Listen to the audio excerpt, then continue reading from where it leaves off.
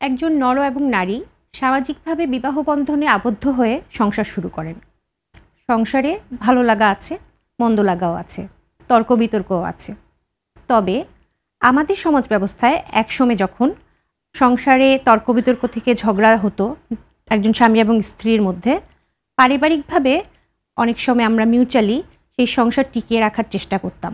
এটা বাংলাদেশের সমাজ ব্যবস্থায় ছিল, কিন্তু বর্তমান সমাজ ব্যবস্থা আগের মতো নেই।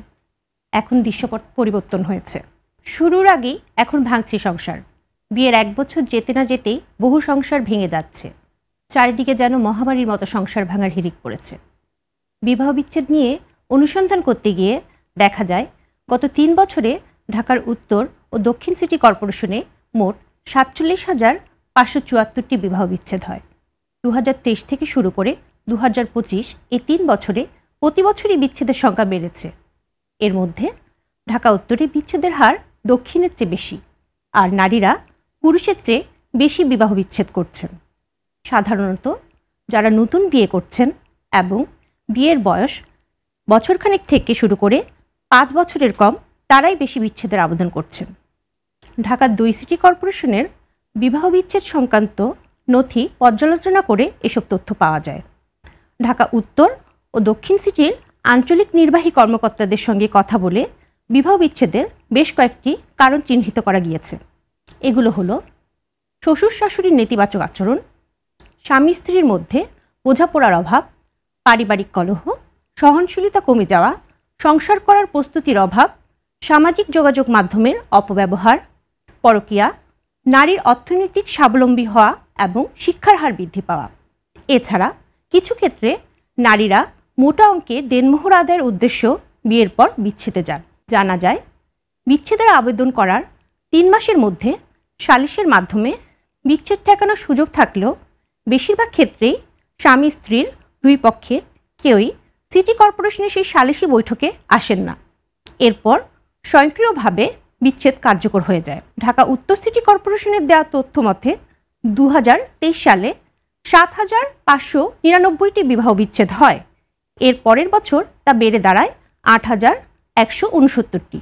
চলতি বছর ডিসেম্বরের 7 তারিখ পর্যন্ত মোট বিচ্ছেদ হয় 8,460টি। সব মিলে গত 3 বছরে ঢাকা উত্তর সিটি কর্পোরেশনে বিচ্ছেদ হয় 24,175টি। ঢাকা দক্ষিণ সিটি কর্পোরেশনের দেওয়া তথ্য মতে 2023 সালে 7,530টি বিবাহ বিচ্ছেদ হয়।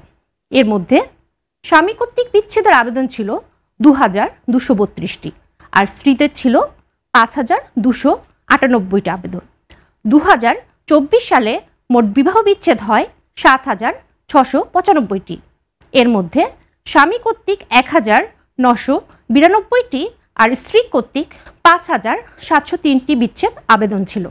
2025 সালের নভেম্বর পর্যন্ত মোট বিচ্ছেদের আবেদন পড়ে 8,174টি। এর মধ্যে স্বামী কর্তৃক বিচ্ছেদের আবেদন ছিল 2,327টি, আর স্ত্রী কর্তৃক বিচ্ছেদের আবেদন ছিল 5,847টি।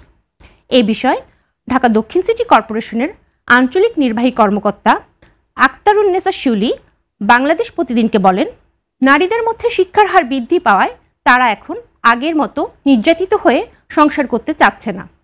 আগে অত্যাচার সহ্য করে সংসার করলেও এখন আর তা হয় না। আবার অনেক ক্ষেত্রে দেখেছি যে বিয়ের মোটা অঙ্কের দেনমোহরের টাকা উসুল করার জন্য অনেক নারী তালাক নিয়ে নেন।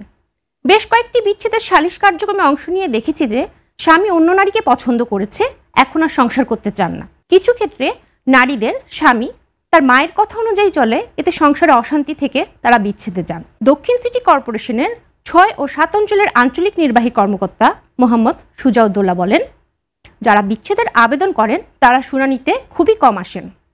সেখানে খুব কম সংখ্যক আবার সংসারে ফিরে যান। তা মোট সংখ্যার 1%ও না। 2 পক্ষের মধ্যে বোঝাবুঝি না থাকা, পারিবারিক কলহ, প্রেম করে আগে বিয়ে করেছে কিন্তু এখন বনিবানা হচ্ছে না, এসব কারণে বিচ্ছেদ হচ্ছে।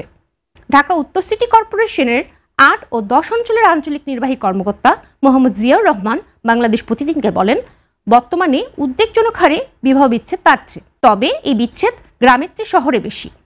বিবাহ বিচ্ছেদ বৃদ্ধি পাওয়ার অনেকগুলো কারণের মধ্যে অন্যতম হচ্ছে স্বামী স্ত্রীর মধ্যে সহনশীলতা বা ধৈর্য কমে যাচ্ছে। নারীরা এখন আগের চেয়ে অনেক স্বাধীন, তাদের আর্থিক সক্ষমতাও বৃদ্ধি পাচ্ছে। দুই পরিবারের শ্বশুর শাশুড়ির নেতিবাচক ভূমিকাও এখানে কাজ করে। সংসার করার জন্য নারী পুরুষের মধ্যে যে প্রস্তুতি থাকা প্রয়োজন তা এখন আর নেই, আর এই বিষয়ে পারিবারিকভাবে প্রশিক্ষণও নেই। নারীর আর্থিক সক্ষমতা বৃদ্ধি পাওয়ায় তারা এখন স্বাধীনভাবে থাকতে চায়। এর সঙ্গে সামাজিক যোগাযোগ মাধ্যমের অপব্যবহার, মাদকাসক্তি, পরকীয়া সম্পর্ক বিচ্ছেদের প্রভাবক হিসেবে কাজ করে। ঢাকা বিশ্ববিদ্যালয়ের সমাজবিজ্ঞান বিভাগের অধ্যাপক ডক্টর খায়রুল চৌধুরী বাংলাদেশ প্রতিদিনকে বলেন, বিবাহ বিচ্ছেদের সঙ্গে আর্থসামাজিক উন্নয়ন ও নারী শিক্ষার সম্পর্ক আছে। দেশের বড় বিশ্ববিদ্যালয়গুলো থেকে শুরু করে গুরুত্বপূর্ণ আর্থিক প্রতিষ্ঠানগুলো এখন ঢাকায়।